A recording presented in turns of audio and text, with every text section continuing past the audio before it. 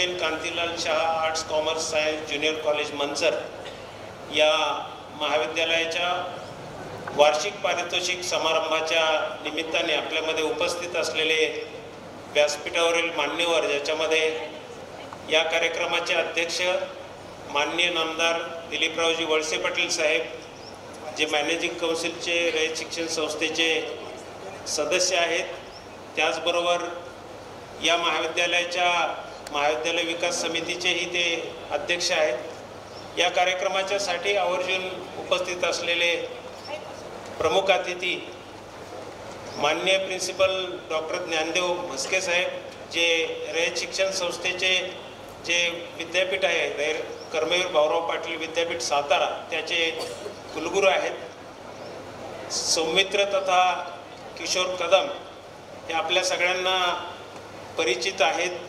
सिने आणि नाट्य क्षेत्रातलं त्यांचं काम अतिशय दर्जेदार आणि अतिशय प्रथितयश असे अभिनेते, पण त्याच्याबरोबर ते अतिशय संवेदनशील सहृदय असे कवी सौमित्र म्हणून ते या नावाने कविता लिहितात। आज हे मान्यवर आपल्यामध्ये उपस्थित आहे, त्यांचं मी मनापासून आपल्या सगळ्यांच्या वतीने स्वागत करतो।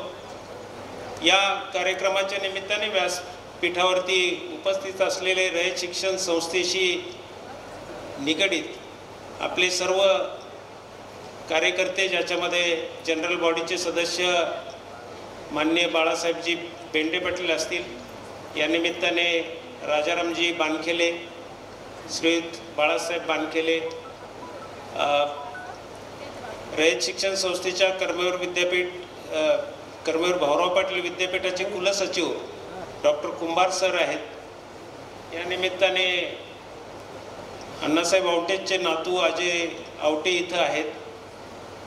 माझे सर्व ग्रामस्थ मित्र, कॉलेजचा सर्व स्टाफ, पत्रकार DK वळसे, त्याचबरोबर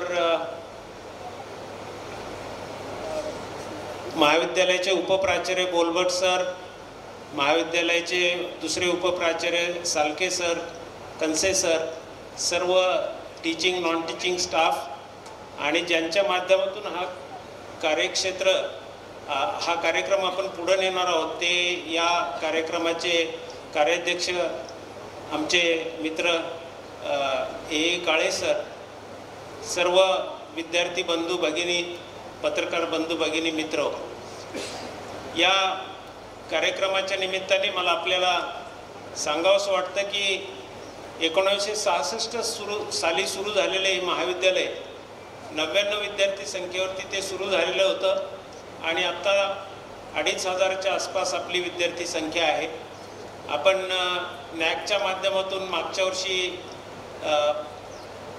सामोरं गेलो आणि आपल्याला A ग्रेड नॅकच्या माध्यमातून, नॅक बँगलोरच्या माध्यमातून मिळाली।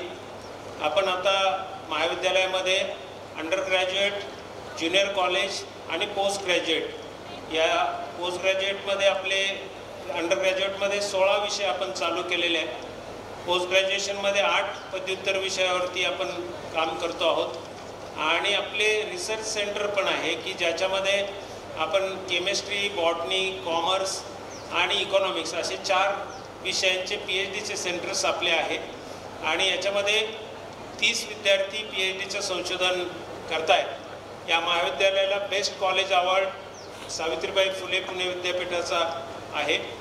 105 एकराचा निसर्गरम्य परिसर या महाविद्यालय आहे आणि सगळ्या प्रकारची सुविधा विद्यार्थ्यांना देण्याच्यासाठी रयत शिक्षण संस्था आणि आपले महाविद्यालय विकास समितीचे अध्यक्ष आणि सर्व सदस्य याच्यामध्ये सातत्याने प्रयत्न करत असतात, हे मला आपल्याला आवर्जून सांगावंसं वाटतं। आपण NEP मध्ये आता काम सावित्रीबाई फुले पुणे विद्यापीठाच्या माध्यमातून सुरू झालेलं आहे आणि NEPची पहिली बॅच आपली FYच्या लेवलवरती आहे। या NEPच्या माध्यमातून आपल्याला विद्यार्थ्यांना सॉफ्ट स्किल्स मिळतील, त्याच्याबरोबर त्यांना इंटर्नशिप मिळेल आणि या माध्यमातून विद्यार्थ्यांना त्यांच्या करिअरला चांगला आयाम देण्याच्यासाठी, चांगलं स्ट्रेंथन करण्याच्यासाठी महाविद्यालय अतिशय चांगल्या पद्धतीचे प्रयत्न हे करत आहे. आदरणीय साहेबांच्या माध्यमातून इथे एक आपल्याला अभ्यासिका इथं उभी राहते, ज्याच्यामध्ये पहिल्या टप्प्यामध्ये त्यांनी 1,45,00,000 रुपयेची तरतूद केलेली होती आणि आपल्या लायब्ररी आणि आत्ता मुख्य इमारतीच्या मध्ये ती अभ्यासिका उभी राहते आणि पुढच्या टप्प्यातही जवळपास 2 कोटी रुपयाची तरतूद, म्हणजे साधारण 3.5 कोटी रुपयाची वास्तू इथं आपल्या विद्यार्थ्यांच्यासाठी आणि विशेषतः स्पर्धा परीक्षेचे विद्यार्थी आणि नियमित विद्यार्थी यांच्यासाठी उभी राहते.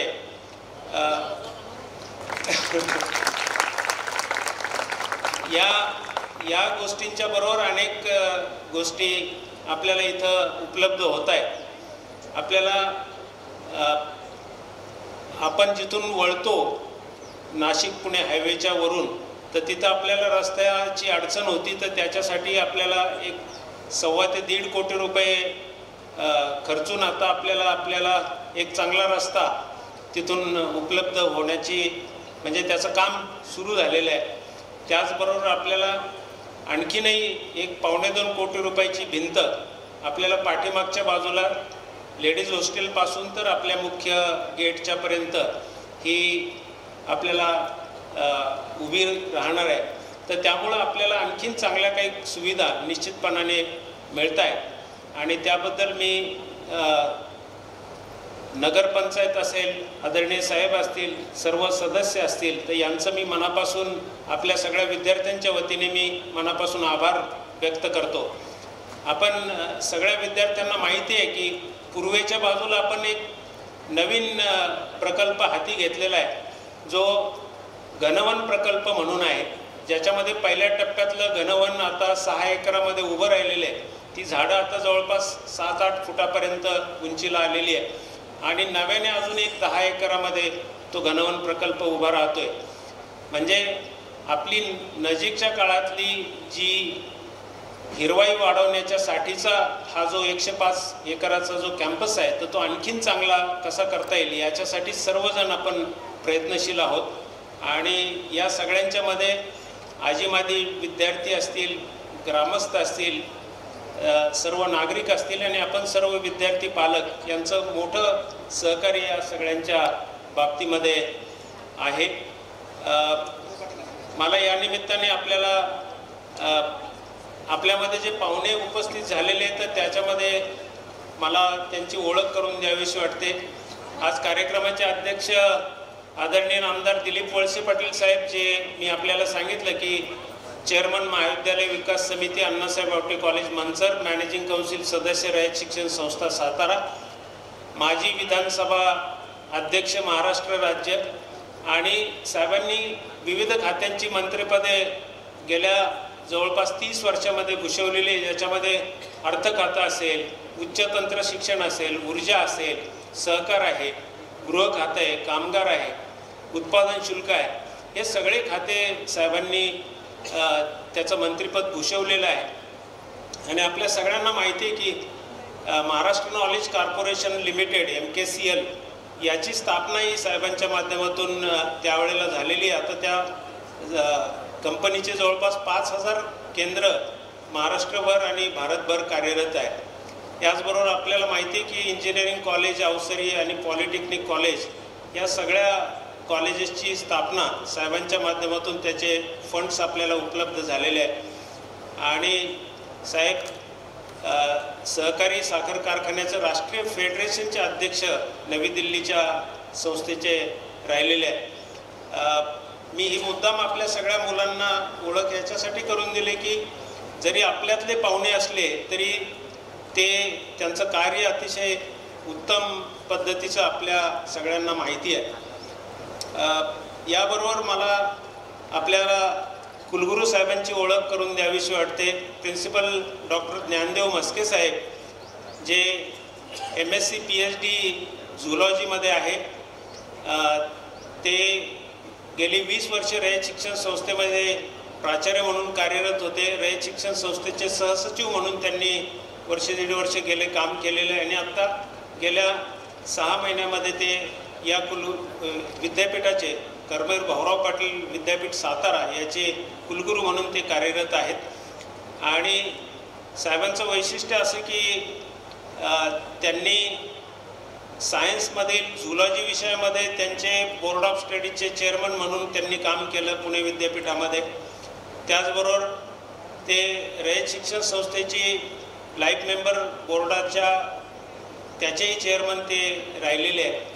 त्याचबरोबर अतिशय प्रेस्टिजियस अशी एक संस्था आहे ज्याला बॉम्बे नॅचरल हिस्ट्री सोसायटी असं म्हटलं जातं, ज्याचे सलीम अली पण अध्यक्ष होते. तर त्या बॉम्बे नॅचरल हिस्ट्री सोसायटीचे साहेब मान्यवर सदस्य आहेत.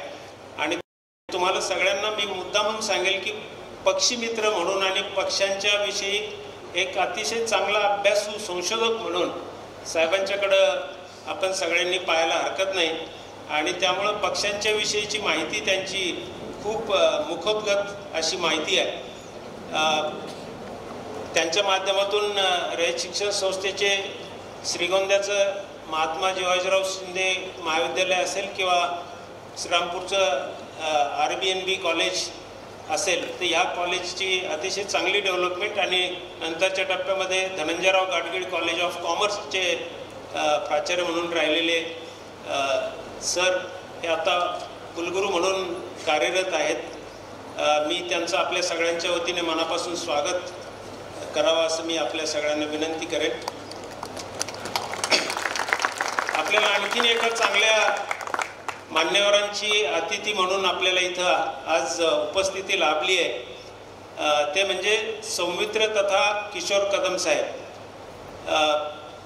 हे अतिशय नावाजलेले कवी म्हणून पण प्रसिद्ध आहेत. म्हणजे मराठीमधले जे काही प्रसिद्ध कवी आहेत ज्याच्यामध्ये भारा तांबे असतील, बाबा बोरकर असतील, कुसुमाग्रज असतील, तर या परंपरेमध्ये आपण कवी सौमित्र यांना आपण पाहावं असं मला निश्चितपणाने वाटतं. त्यांचा एक 25 वर्षापूर्वी गारवा नावाचा गीतसंग्रह आलेला होता, तर ते अतिशय प्रसिद्ध असा संग्रह आजही आपल्याला तो ऐकायला खूप छान आनंद देणारा असा संग्रह आहे. अभिनय आणि कविता या दोन्ही माध्यमामध्ये त्यांनी काम केलं आणि अभिनयाचे धडे त्यांना नाट्यगुरू सत्यदेव दुबे आणि छबिलदास नाट्यगृह यांच्या माध्यमातून त्यांना मिळालं. अगदी ज्याला असं म्हणतो की छोटा मुलगा जो सत्यदेव दुबेंच्या बरोबर काम करू लागला, नंतर मेकअप करू लागला आणि मेकअपच्या नंतर ॲक्टिंगमध्ये त्यांनी शिरकाव केला आणि आता आपल्याला माहिती आहे की अतिशय प्रथितयश ॲक्टर म्हणून ते काम करतात आणि त्यांच्या खूप भूमिका या हिंदी आणि मराठी चित्रपटामध्ये गाजलेल्या आपल्याला माहिती आहे. फॅन्ड्रीमध्ये त्यांनी केलेली भूमिका आपल्या सगळ्यांच्या लक्षात आहे. त्याच्यानंतर नटरंगमध्ये त्यांनी पांडवाची भूमिका केलेली होती, तीही आपल्या सगळ्यांच्या लक्षात आहे.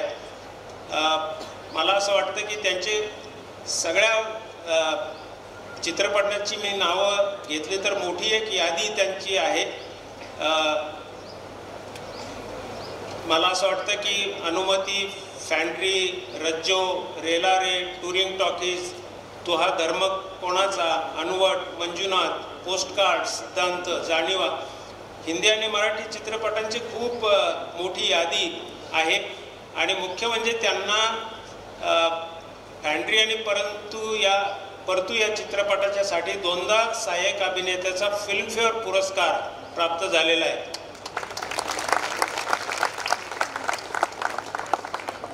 नटरंगमधल्या भूमिकेच्यासाठी त्यांना 2010 मध्ये सर्वोत्कृष्ट सहाय्यक अभिनेत्यासाठी झी गौरव पुरस्कार आणि निळू फुले सन्मान पुरस्कार मिळालेला आहे. असा एक मोठं सिने नाट्य क्षेत्रातलं व्यक्तिमत्व आपल्यासमोर आहे आणि आपल्याला त्यांना ऐकायचं आहे. मी त्यांचं मनापासून स्वागत या निमित्ताने करतो. व्यासपीठावरती आणखीन मान्यवर आपल्यामध्ये उपस्थित झालेले आहे, ज्याच्यामध्ये निलेश थोरात, सभापती कृषी उत्पन्न बाजार समिती मनसर, उदयराव पाटील जे आपले इथल्या स्थानिक महाविद्यालय समितीचे सदस्य आहेत आणि रयत शिक्षण संस्थेच्या जनरल बॉडीचे सदस्य आहेत, तर तेही उपस्थित झालेले आहेत. मी आपलं सगळ्यांचं मनापासून स्वागत करतो आणि माझं प्रास्ताविक आणि पाहुण्यांची ओळख थांबवतो. धन्यवाद.